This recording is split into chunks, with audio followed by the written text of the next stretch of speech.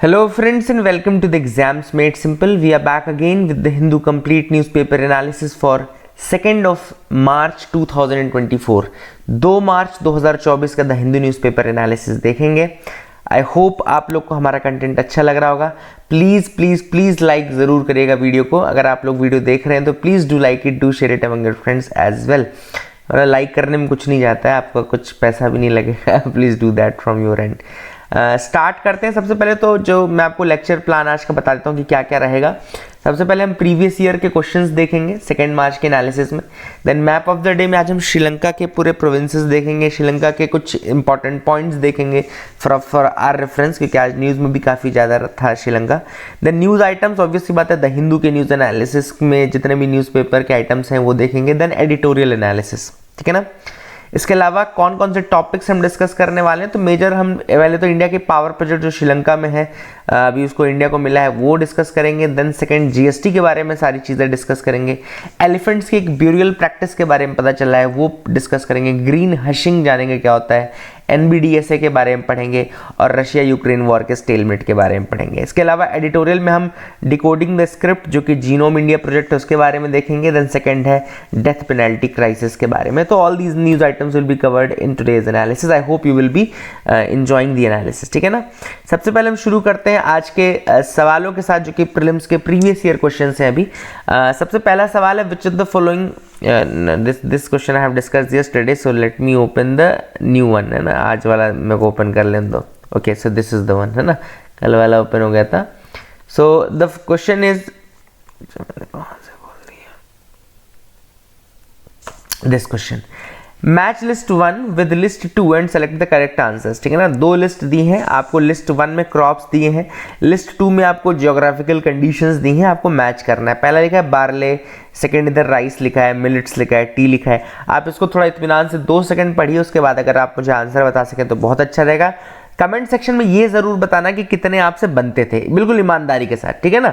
1997 का क्वेश्चन है बट बिल्कुल पूछा जा सकता है, बहुत ही प्यारा क्वेश्चन है. The correct answer for this is, let's see. देखो, बार्ले को जो जरूरत रहती है वो कूल क्लाइमेट की रहती है. बार्ले को गर्म क्लाइमेट नहीं चाहिए और पुअरर सॉइल चल जाता है. तो इसका ए का तो 2 हो जाएगा. ए का 2 अब 2 आंसर्स में है, एक ए में है और एक सी में है, ठीक है ना. राइस का देख लेते हैं. राइस के लिए हॉट क्लाइमेट चाहिए, मॉइस्ट क्लाइमेट चाहिए और रिच सॉइल चाहिए. तो 2 बी का 4 हो जाएगा.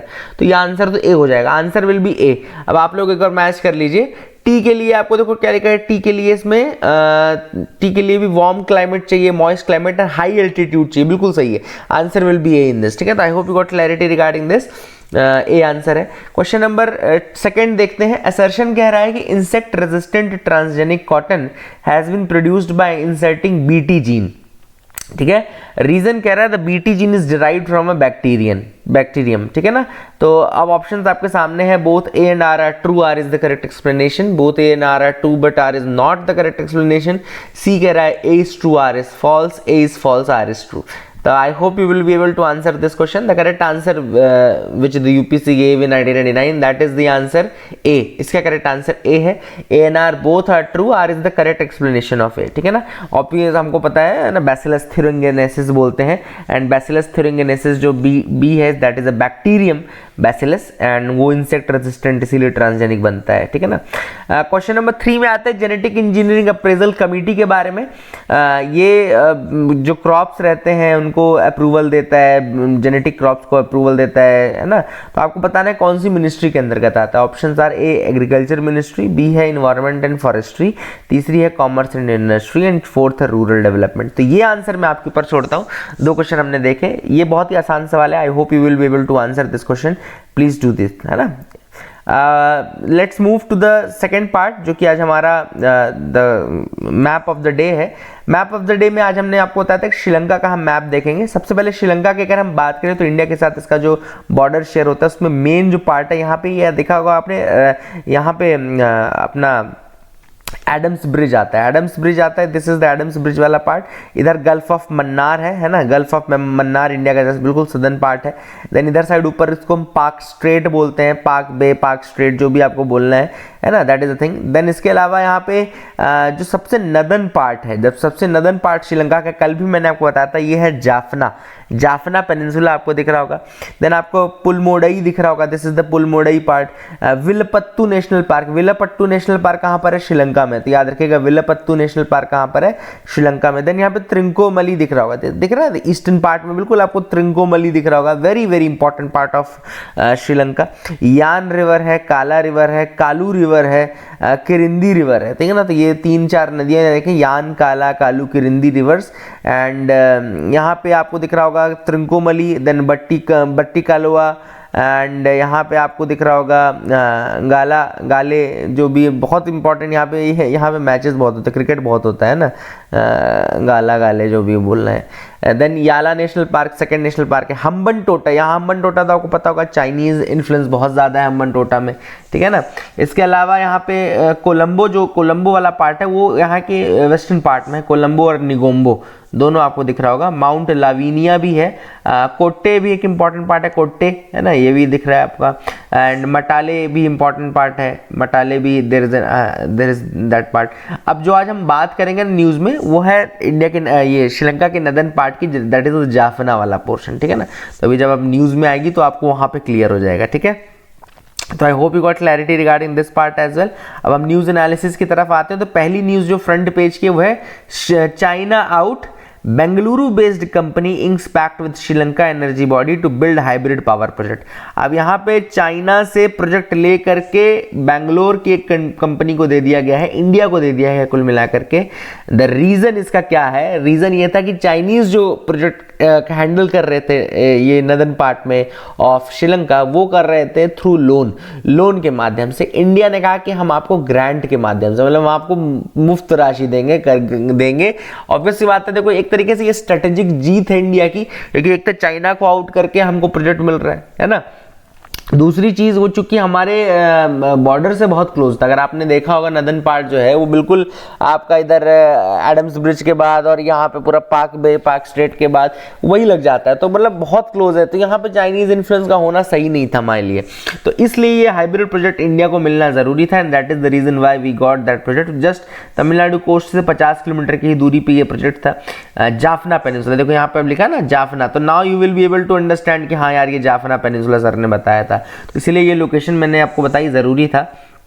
हाइब्रिड रिन्यूएबल एनर्जी पावर का मतलब क्या होता है? हाइब्रिड रिन्यूएबल एनर्जी पावर का मतलब है कि अलग अलग फॉर्म ऑफ रिन्यूएबल एनर्जी का प्रोजेक्ट रहेगा। जैसे यहाँ पे देखो 530 किलोवाट का विंड पावर रहेगा, 1700 किलोवाट का सोलार पावर रहेगा, 2400 किलोवाट आवर की बैटरी पावर रहेगी एंड 2500 किलोवाट आवर का standby diesel power station रहेगा। दे विल बी ये तो हाइब्रिड रिन्यूएबल एनर्जी सिस्टम इसको इसीलिए कहा जाता है क्योंकि इसमें अलग अलग फॉर्म ऑफ एनर्जी सिस्टम्स हैं, एक साथ मर्ज रहेंगे हाइब्रिड में। यहाँ पे विंड पावर भी है, सोलर भी है, बैटरी पावर भी है and stand by diesel power system भी रहेगा, ठीक है ना। अब ये कहाँ ये यहाँ पे रहेगा, यहाँ याद रखिएगा लोकेशन है नेदुन थीवू और नैन थीवू एंड अनालाई तीवू आइलैंड्स। ये 3 आइलैंड्स याद रखिएगा, Nedun Theevu, Naina Theevu and Analai Theevu. These are the islands of the Jaffna peninsula in the islands north. तो बिल्कुल नॉर्थ पार्ट में है आइलैंड के, यहाँ पे आपको जाफना के यहाँ पे ये 3 आइलैंड्स भी मिल जाएंगे। तो I hope you got clarity. यहाँ ये जो प्रोजेक्ट है वो इंडिया के ये यू सोलर नाम की कंपनी है वहाँ उसको दिया जा रहा है, ठीक है ना। मैंने आपको ऑलरेडी बता दिया कि इसका रीज़न क्या था कि चाइना जो कर रहा था वो कर रहा था थ्रू लोन, इंडिया कर रहा है थ्रू ग्रांट। तो that is a big difference between the two, ठीक है। अगले टॉपिक पे आते हैं। अगला टॉपिक है जीएसटी। जीएसटी के बारे में मैंने आपको बताया कि all you need to know about GST, we will be discussing that in detail, है ना। तो ये मैं एक बार जल्दी से आपको खोल के बता देता हूँ इधर साइड जो भी इंपॉर्टेंट है जीएसटी के बारे में, ठीक है। तो यहाँ पे let's move to the GST वाला पोर्शन। ये देखो, आपको दिख रहा होगा जीएसटी, देखो जब आया था तो आया था मेजरली कंसेप्ट के कारण, वन नेशन वन टैक्स, है ना। हालांकि वन इनडायरेक्ट टैक्स रह के बन गया क्योंकि डायरेक्ट टैक्स अलग रखता है इंडिया में, लेकिन वन नेशन वन टैक्स की जो वो थी उसके लिए लाया गया था। 2003 में सबसे पहले इसको केलकर टास्क फोर्स ने जो बनाई गई थी, केलकर टास्क फोर्स ने रिकमेंड किया था, याद रखिएगा। एंड इसने सजेस्ट किया था, विजय केलकर कमेटी थी जिसने रिकमेंड किया था कि हाँ यार जीएसटी नाम का टैक्स होना चाहिए, है ना। इसके अलावा जीएसटी की अगर हम बात करें तो सिंगल टैक्स है which is on the supply of goods and services right from the manufacturer to the consumer. Destination based tax है, इसीलिए सिंगल टैक्स है क्योंकि डेस्टिनेशन बेस्ड टैक्स है, मतलब कि जो बिल्कुल एंड यूज़र पे लगता है ना। एंड अभी के जो टैक्सेस हैं वो ओरिजिन बेस्ड थे इसके पहले, लेकिन ये डेस्टिनेशन बेस्ड टैक्स था। And it is a value based tax, ठीक है ना। वैल्यू बेस्ड टैक्स मतलब कि जीवीए, ग्रॉस वैल्यू एडेड पे टैक्स लगता है, जो वैल्यू एडिशन किया जाता है उस पर लगता है, ठीक है ना। एंड इनपुट टैक्स क्रेडिट भी मिलती है at each stage, that is available. Final customer जो होता है वो फाइनली जीएसटी पूरा बियर करता है, तो ये भी आपको पता है डेस्टिनेशन बेस्ड टैक्स है ना। फाइनल कस्टमर बियर करता है। इसके अलावा ये एक और चीज़ आपको बता दूं कि द जीएसटी ने बहुत सारे इनडायरेक्ट टैक्सेस को रिप्लेस किया है, वेरी मतलब huge amount of taxes have been removed by GST. तो जैसे पहले कौन कौन से टैक्सेस जो कि सेंटर लेवी करता था वो हट गए हैं, मैं आपको बता दूं। तो सेंट्रल एक्साइज ड्यूटी जो है वो हट गया है, duties of excise medicinal and toilet preparations हट गया है। इसके अलावा एडिशनल ड्यूटीज ऑफ एक्साइज जो लगती थी वो हट गई हैं, additional duties of excise on textile and textile products हट गया है, एडिशनल ड्यूटीज ऑफ कस्टम्स जिसको मतलब सीवीडी बोलते थे, एडिशनल ड्यूटीज ऑफ कस्टम्स हट गए हैं। Then special additional duty of customs हट गया है, सर्विस टैक्सेस हट गए हैं, central surcharges and cesses so far that relate to the supply of goods and services वो हट गए हैं, ठीक है ना। इसके अलावा ऐसा नहीं कि सारे सेस एंड सरचार्ज हट गए हैं, which relate to the supply of goods and services वो हट गए हैं। स्टेट टैक्सेस कौन कौन से सब्ज्यूम हो गए जीएसटी के अंदर, तो स्टेट का VAT, central sales tax, luxury tax, entry tax, all from luxury tax, entry tax में ऑक्ट्रॉय और ये सब भी हट गया है। देन इसके अलावा इंटरटेनमेंट एंड अम्यूजमेंट टैक्स जो था, अगर वो लोकल बॉडीज लगानी तो वो नहीं हटेगा, लेकिन otherwise other than that state अगर लगा रहा है नॉर्मली तो इंटरटेनमेंट एंड अम्यूजमेंट टैक्स भी हट गया है, ठीक है ना। लॉटरीज, बेटिंग, गैम्बलिंग के ऊपर जो टैक्स था, स्टेट सरचार्ज सेसेस जो मतलब रिलेट करते हैं to the supply of goods and services वो हट गए। अब कौन से टैक्सेस सब्ज्यूम नहीं हुए हैं, तो जैसे बेसिक कस्टम ड्यूटी सब्ज्यूम नहीं हुआ है, ठीक है ना, इंपोर्ट ऑफ गुड्स के टाइम जो आता है। Then export duty, the duty is imposed at the time of export of certain goods, export duty भी नहीं है सब्ज्यूम हुआ है। रोड एंड पैसेंजर टैक्स जो होता है वो भी नहीं सब्ज्यूम हुआ है, ठीक है ना। देन टोल टैक्स की अगर हम बात करें, टोल टैक्स मतलब कि जो यूजर फीस लगता है वो भी सब्ज्यूम नहीं हुआ है। Property tax, stamp duty, electricity duty ये भी सब्ज्यूम नहीं हुआ है। इसके अलावा जैसे पेट्रोलियम प्रोडक्ट्स के ऊपर जो टैक्सेशन लगता है या अल्कोहल के ऊपर जो टैक्सेस लगता है वो भी सब्ज्यूम नहीं किया गया है। इसके अलावा इसमें कॉन्स्टिट्यूशनल प्रोविजन है आर्टिकल 279A(1) के तहत, जिसमें कि अमेंड करके एक जीएसटी काउंसिल के बारे में बताया गया कि भैया प्रेसिडेंट जो है 60 दिनों के अंदर 279A के अंतर्गत एक जीएसटी काउंसिल बनाएंगे। कंपोजिशन जो है उसका 279A(2) में मेंशन्ड है, 279A(2) जिसमें कहा गया कि भाई चेयरपर्सन यूनियन फाइनेंस मिनिस्टर रहेगा, जो मेंबर्स रहेंगे वो union ministers of state in charge of revenue और finance and the minister in charge of finance और टैक्सेशन और any other minister nominated by each state government, ये इसके मेंबर्स रहेंगे। चेयरपर्सन कौन रहेगा, फिनेंस मिनिस्टर रहेगा। मेंबर्स में कौन कौन रहेंगे, तो यूनियन मिनिस्टर ऑफ स्टेट जो रहेंगे इन चार्ज ऑफ रेवेन्यू और फिनेंस, इसके अलावा ministers in charge of finance और taxation in any other minister nominated by each state government, तो हर स्टेट गवर्नमेंट के भी लोग रहेंगे उसमें, ठीक है ना। वाइस चेयरमैन की बात करें तो 279A(3) कहता है कि the members of the GST council shall choose one member amongst themselves to be the vice chairperson of the council for such period as they may decide, ठीक है। एंड फिर यही जो 279A(4) है उसमें फंक्शंस लिखे हैं कि क्या क्या करेगा, तो जैसे टैक्सेस, सेसेस, सरचार्जेस के बारे में बताएगा कि कितना टैक्स लगना है, कितना सर, उसके जो अलग अलग मतलब ब्रैकेट्स बनाए गए हैं जीएसटी के, 5%, 18%, वो सारे डिसाइड भी जीएसटी काउंसिल के द्वारा ही किया जाता था। I hope you got clarity regarding that as well, ठीक है। तो ये आपको समझ में आ गया होगा, आई होप। आगे मूव करते हैं, देखते हैं और क्या इंपॉर्टेंट न्यूज़ आर्टिकल्स हैं जिनके बारे में हमको डिस्कस करना है।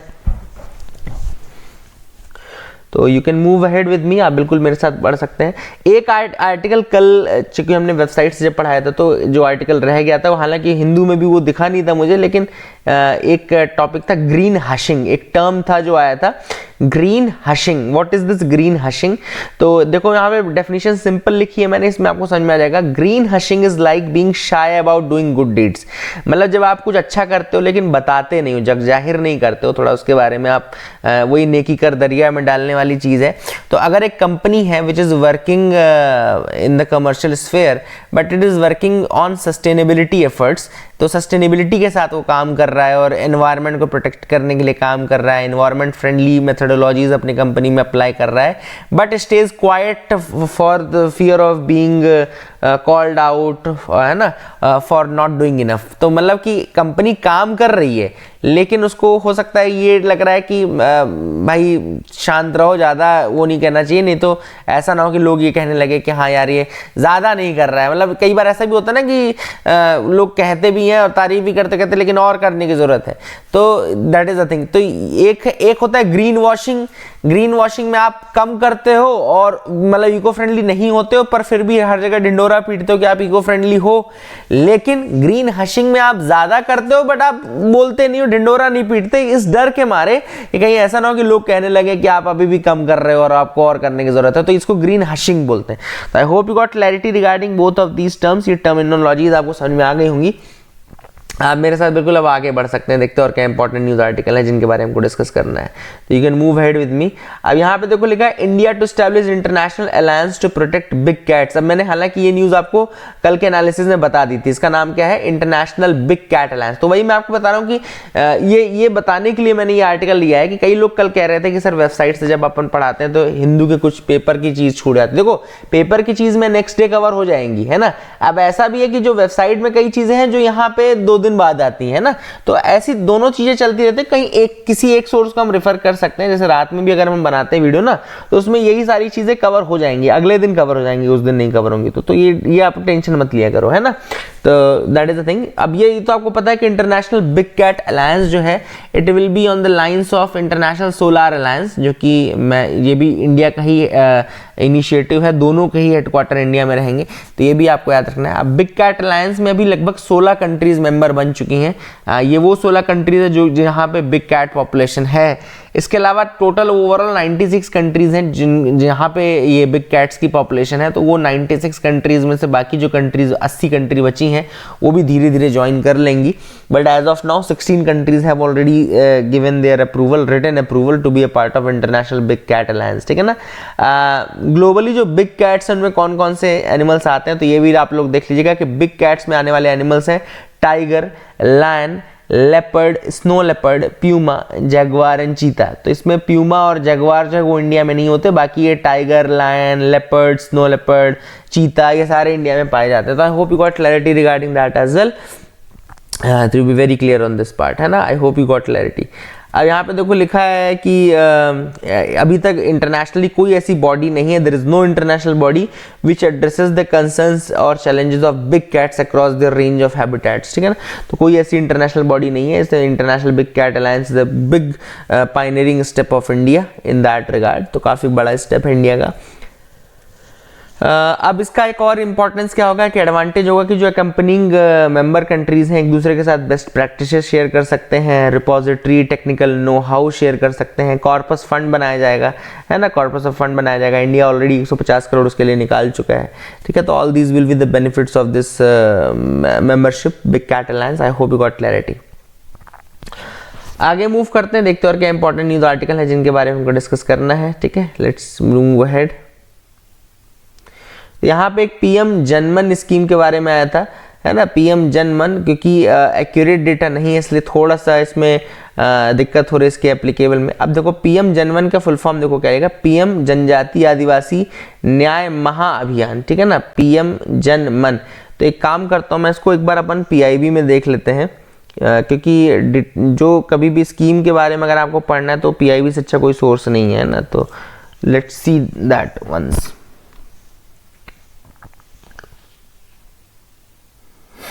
लेट्स ओपन दैट, है ना।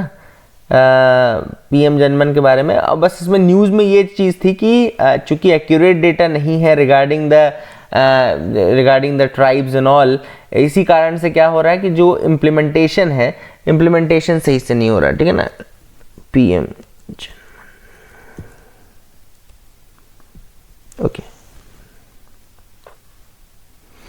ये देखो, तो पीआईबी की न्यूज़ अपने को मिल गई है ना।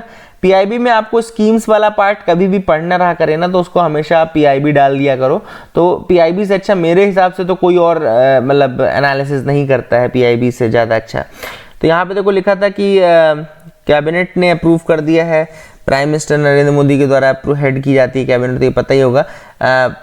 प्रधानमंत्री जनजाति आदिवासी न्याय महाअभियान, ठीक है ना। अब इसमें करेंगे क्या क्या, इसमें देखो यहाँ पे वही मैं बताना चाहता हूँ, इसमें होगा क्या, तो आदिवासी यानी कि ट्राइबल ग्रुप्स के लिए पक्का हाउसेस बनाए जाएंगे, रोड्स बनाई जाएंगी, देन पाइप्ड वाटर सप्लाई। इसके अलावा अगर आप इसमें आपको community water supply, mobile medical units, construction of hostels, vocational education skilling, construction of anganwadi centres, multipurpose centres, energisation of HS है यहाँ पे लास्ट माइल कनेक्टिविटी के लिए जो है ना।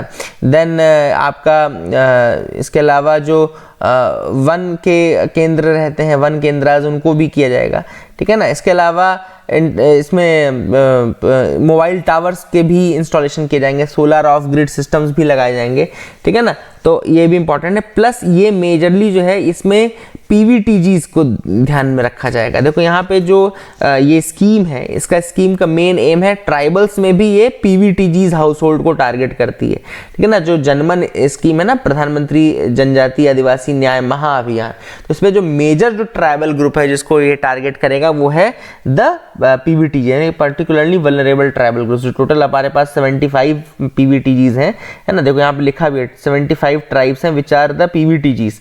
तो ये भी आप एक चीज याद रखिएगा कि these are the majorly 75 PVTGs पूरे इंडिया में जिनके ऊपर ये मेजर ध्यान दिया जाएगा। तो I hope you got clarity regarding that as well. ये भी आपको समझ में आ गया होगा। आगे मूव करते हैं, तो आप आगे बढ़ सकते हैं मेरे साथ बिल्कुल। यहाँ पे देख लेते हैं और क्या है। NBDSA raps 3 news channels for violating the code of ethics. तो यहाँ पे NBDSA क्या है, news broadcasting and digital standards authority है। News broadcasting and digital standards authority, इसने 3 न्यूज़ चैनल्स को कहा है कि भैया you should remove videos of certain programmes on communal issues as they are violating the code of ethics and other guidelines, ठीक है ना। पेनल्टीज उनके ऊपर, उनमें से 2 के ऊपर ऑलरेडी लगाई जा चुकी है, ठीक है। अब हम देखेंगे एक बार कि क्या है ये this what this your NBDSA is and क्या क्या ये काम करता है, तो उसके बारे में अगर हम देख लेते हैं, लेट्स सी दैट। तो यहाँ पे अगर आप देखें मेरे साथ बिल्कुल आगे बढ़कर कि news broadcasting and digital standard authority क्या है उसके बारे में देखते हैं। न्यूज़ में क्यों था, NBDSA has wrapped 3 news channels for violating the code of ethics, हमने देख लिया। ये एक सेल्फ रेगुलेटरी एजेंसी है which is setup by the news and digital broadcasters. याद रखेगा, एक न्यूज़ एंड डिजिटल ब्रॉडकास्टर्स जो है ना, उनके द्वारा मिल करके बनाई गई ये सेल्फ रेगुलेटरी एजेंसी है।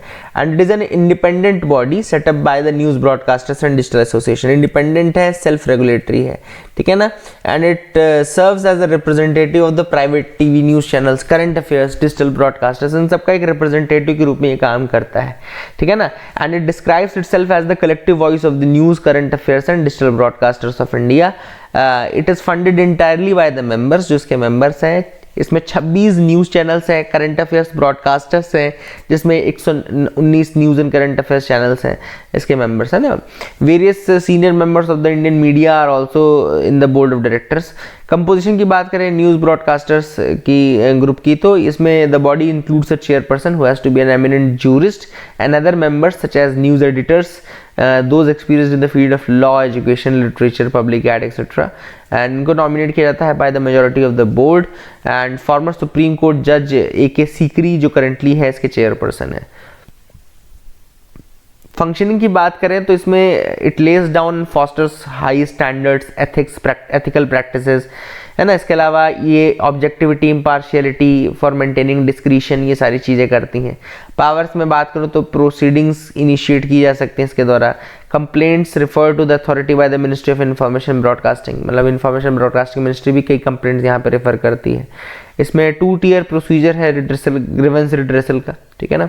एंड चैनल्स को फाइन भी किया गया है for violating the principles relating to the impartiality, neutrality, fairness, है ना, और आपका जो एथिकल स्टैंडर्ड्स हैं वो सारी चीज़ें भी कही गई हैं। तो I hope you got clarity regarding that, ये भी आपको समझ में आ गया होगा। आगे मूव करते हैं, NBDSA के बारे में हमने डिस्कस कर लिया। आगे मूव करते हैं, आप मेरे साथ बढ़ सकते हैं। यहाँ पे देखते हैं और क्या इंपॉर्टेंट न्यूज़ आर्टिकल्स हैं। Elephants take dead calves to be buried in the untrodden paths, ठीक है ना। बहुत इंपॉर्टेंट एक डिस्कवरी हुई है, या डिस्कवरी इन द सेंस मतलब कि एक रिसर्चर्स को मतलब एक पैटर्न देखने को मिला है जिसमें उनको ये रिवील किया गया कि एशियन एलिफेंट्स आल्सो बरी काव्स अपराइट। तो अपराइट पोजीशन में जो है एशियन एलिफेंट्स जो हैं वो अपने काव्स को बरी करते हैं। It's a very surprise discovery, eastern Himalayas में डिस्कवरी देखने को मिली है। The carbs were buried in the upright position and this behaviour is basically not documented for Asian elephants. हालांकि अफ्रीकन एलिफेंट्स में, जो आज न्यूज़ एनालिसिस मैंने ये पढ़ा एडिटोरियल, उसमें मुझे ये समझ में आया कि अफ्रीकन एलिफेंट्स, जिसका यहाँ पे देखो लिखा है लोक्सोडोंटा अफ्रीकाना, जो इसका साइंटिफिक नेम है, अफ्रीकन काउंटर पार्ट है, तो लोक्सोडोंटा अफ्रीकाना, यहाँ पे ये चीज़ देखने को मिली। बट एशियन एलिफेंट्स यानी कि एलिफस मैक्सिमस जिसको बोलते हैं, एलिफस मैक्सिमस इसका साइंटिफिक नेम है, वहाँ पे ये चीज़ डॉक्यूमेंटेड नहीं थी।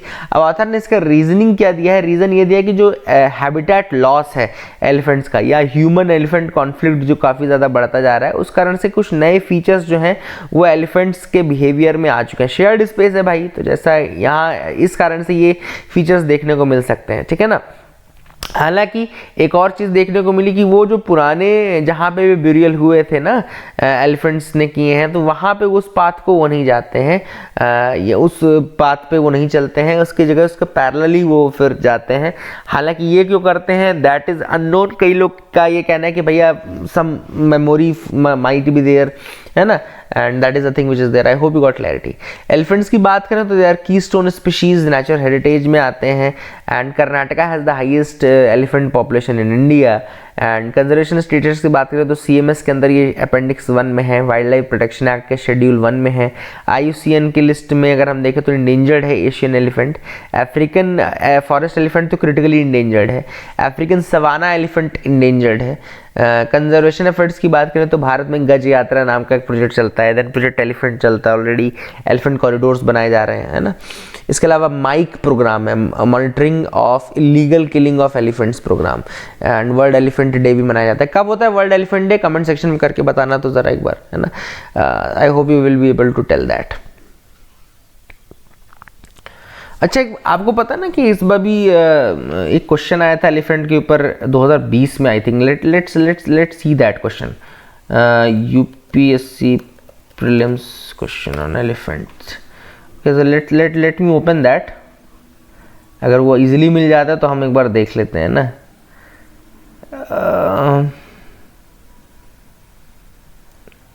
यही तो है, यही है शायद। With reference to the Indian elephants, consider the following statement. The leader of an elephant group is female. A maximum gestation period can be 22 months. An elephant can normally go on calving till the age of 40 years only. Among the states in India, the highest elephant population is in Kerala. तो which of the following is correct? आपको बताना है। देखो यहाँ पे 1 और 2 only था, क्योंकि अभी एक तो हमने देख लिया कि सबसे अधिक जो पॉपुलेशन है वो कर्नाटका में, केरला में है नहीं, तो चौथा तो गलत ही हो गया। चौथा गलत हो गया तो 2 हट गया, 4 हट गया था, अब बचे 1 2, तो फिर आसान हो जाता क्वेश्चन। हालांकि कर लेते आप लोग, बट याद रखिएगा कि yes the leader of the elephant group is the oldest female. याद रखिएगा ये एक इंपॉर्टेंट चीज़ है। जस्टेशनल जो पीरियड होता है वो इसका 22 महीने तक चल सकता है। The elephants gestational period can be 22 months, है ना। सिंगल बेबी होता है during birth. Female of the heard surround the mother for protection. And average life expectancy 70 years की होती है इनकी। एंड साउथ इंडियन में कर्नाटका में सबसे ज़्यादा है, not in the state of Kerala, ठीक है। तो I hope you got clarity regarding that question as well. वो भी आपको समझ में आ गया होगा। एडिटोरियल पार्ट में जो 2 एडिटोरियल्स हम डिस्कस करेंगे उसमें एक है डिकोडिंग द स्क्रिप्ट और दूसरा है India's burgeoning death penalty crisis. तो सबसे पहले हम बात कर लेते हैं इंडिया का जो जीनोम इंडिया प्रोजेक्ट है या डिकोडिंग द स्क्रिप्ट वाला जो प्रोजेक्ट है। तो जीनोम इंडिया प्रोजेक्ट या it's a project which is coordinated by the department of biotechnology. एक इंपॉर्टेंट चीज़ तो ये है कि बायोटेक्नोलॉजी का प्रोजेक्ट है, ठीक है ना। देन दूसरा ऑथर ने यहाँ पे बताया कि इसमें अभी रिसेंटली अनाउंस किया कि 10,000 से ज़्यादा सीक्वेंसिंग इंडियन जीनोम्स की हो चुकी है, ठीक है ना। इसका मेजर एम क्या था? मेजर एम था कि एक इंडिया के जो जीनोम्स हैं, अलग अलग डीएनएज हैं, जीनोम्स हैं, उनका एक रिपोजिटरी बनाया जाए, एक बेंचमार्क बनाया जाए और उससे फिर स्टडी किया जाएगा, जैसे अलग अलग डिसीजेस को स्टडी करना है ना, ये सारी चीज़ें, एक रेफरेंस क्रिएट करना है इंडियन ह्यूमन जीनोम का, ठीक है ना। और ये इंडिया में पहला सीक्वेंस जो हुआ था ह्यूमन जीनोम का 2006 में हुआ and this is a very important step. 10,000 से ज़्यादा सीक्वेंसिंग हो चुकी है तो that is a very good effort. But author ने एक चीज़ तो पहले ये बताई कि भैया अगर 10,000 हुआ है तो that is not the representative of over a billion population. 1 billion से ज़्यादा पॉपुलेशन इंडिया में है, तो this 10,000 can not be the representative of the entire Indian genome, but that's a good effort. Start एक अच्छी है। एंड सबसे पहले ऑथर ने जो बताया कि क्या करना है उसमें हमको अलग अलग तरह से एनालिसिस करना है, जैसे कि ऐसे पॉपुलेशन का which has a high risk of heart failure, है ना। इसके अलावा मतलब जो भी हमारी इंडियन एंसेस्ट्री है उसको हम एनालाइज करने की कोशिश करेंगे। तो all this can be done. Human genome project जो है मतलब इंडियन जीनोम प्रोजेक्ट जो है उसमें हम और चीज़ें की कैसे डिसीजेस से बचा जा सकता है, क्या चेंजेस किया जाता है, कौन से जीन्स ऐसे हैं जो कि रेजिस्टेंट हैं तो उनके जैसा बनने के लिए क्या करना पड़ेगा। All this can be done through studies and all, है ना। तो इसके अलावा दूसरी चीज़ जो ऑथर ने कही है इस आर्टिकल में वो ये कही कि जो ये स्टडी है अगर आप करें या फिर जीनोम का जो डेटा है, जो भी है प्रोसीडिंग्स हैं, जो भी उसकी फाइंडिंग्स हैं, उनको आप डेमोक्रेटिक तरीके से बिल्कुल पब्लिक डोमेन में लाएं, है ना। लोगों को पता चलना चाहिए कि आगे स्टडी हुई है, कैसे उसके थ्रू वो आगे बढ़ सकते हैं and what they can learn, है ना, क्या सीख सकते हैं उससे। तो that is a big thing. दूसरा जो एडिटोरियल है वो है India's burgeoning death penalty crisis. अब ये जो आर्टिकल लिखा गया है, ये लिखा गया है कि अभी टोटल बहुत ज़्यादा लोग हैं जो डेथ पेनल्टी रो पे चल रहे हैं। 561 चल रहे हैं 2023 में एज ऑफ नाउ, ठीक है ना। ऑथर ने कहा है कि देखो कि बहुत ज़्यादा नंबर्स हैं। अब क्या होता है कई बार जब अपील सुप्रीम कोर्ट में जाती है ना तो इसमें 55% ऐसे केसेस है जहां पे एक्विटल मिल जाता है। मतलब अभी तक जितने केसेस गए हैं उसमें 55% ऐसे केसेस हैं जहां पे एक्विटल ऑलरेडी मिल चुका है। तो अब आप सोच सकते हैं ऑथर का ये कहना है कि जो लोअर जुडिशरी है यानी कि जो स्टेट लेवल पे, डिस्ट्रिक्ट लेवल पे सेशन जजेस आ रहे हैं, they are not having that proper idea और clarity about the capital punishment या डेथ पेनल्टी के रिगार्डिंग, है ना, और बहुत ईजिली दे दी जाती है। जो रिफॉर्म सुप्रीम कोर्ट करना चाहता है वो अभी तक परकोलेट होकर नीचे नहीं गया है ना। तो ऑथर का ये कहना है, ठीक। तो that is a big thing. यहाँ पे और जो दूसरे पॉइंट्स है वो भी मैं आपको बताता हूँ। Let me tell you that also.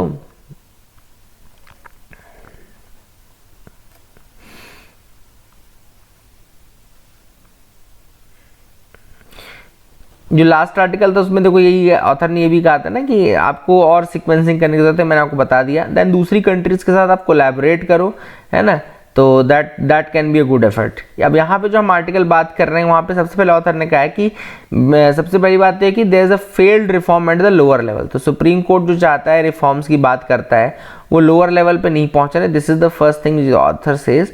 इसके अलावा एक्विटल रेट जो है वो बताते हैं कि सिस्टेमिक फ्लॉज हैं। अब 55% केसेस में अगर मतलब एक्विटल मिल जा रहा है ना, और जब केसेस रिपोर्ट हो रहे हैं तो उनको सीधे डेथ पेनल्टी दे दी जा रही है, तो इसका मतलब है कि बहुत सारी जगहों पे फैब्रिकेटेड एविडेंसेस हैं, मैनिपुलेटेड रिपोर्ट्स हैं, अनरियलिस्टिक इन्वेस्टिगेशंस हैं। तो they represent a grim picture and very serious condition at the lower levels. Then इसके अलावा ऑथर ने कहा है कि dehumanising condition on death row. तो ऑथर ने यह कहा कि भैया देखो एक तो एग्जीक्यूशन का डर रहता है, फिर जो डेथ रो में जो होते वाले प्रिजनर्स हैं उनको ह्यूमिलिएशन, सोशल आइसोलेशन इन सब में रखा जाता है, उनको पैरोल फरलो ये सब भी नहीं दिया जाता ज़्यादातर स्टेट्स में। तो बहुत सारी चीज़ें हैं जहाँ पे उनके साथ मतलब कहना चाहिए कि डीह्यूमनाइजिंग कंडीशन का वो उनको देखना पड़ता है। इसके अलावा ऑथर ने कहा कि rising population despite high acquittal rate. तो ऑथर कह रहे हैं इक्विटल रेट ज़्यादा है लेकिन फिर भी अगर आप देखें तो जो डेथ रो में होने वाले पॉपुलेशन है वो बढ़ती जा रही है लगातार, सो रिफॉर्म करने की ज़रूरत है, बट जो अभी अप्रोच है सुप्रीम कोर्ट की कहीं ना कहीं वो फेल हो रही है। रिफॉर्म आपको ओवर ऑल टुगेदर पूरे क्रिमिनल जस्टिस सिस्टम का करना पड़ेगा, केवल और केवल आप जुडिशरी को नहीं बोल सकते कि आप रिफॉर्म करो कैपिटल पनिशमेंट के लिए। इसमें पुलिस रिफॉर्म्स की भी आवश्यकता पड़ेगी, पुलिस इन्वेस्टिगेशन की भी रिफॉर्म्स की आवश्यकता पड़ेगी, चार्जशीट और ये सब की प्रेजेंट कंडीशंस की चेंज की जरूरत पड़ेगी। तो there is a urgent need for a comprehensive solution. Author ने कहा कॉम्प्रिहेंसिव सोल्यूशन चाहिए, ऐसे काम नहीं चलेगा। तो I hope you got clarity regarding that as well, ये भी आपको समझ में आ गया होगा। आगे मूव करते हैं, देखते हैं और क्या इंपॉर्टेंट आर्टिकल्स हैं।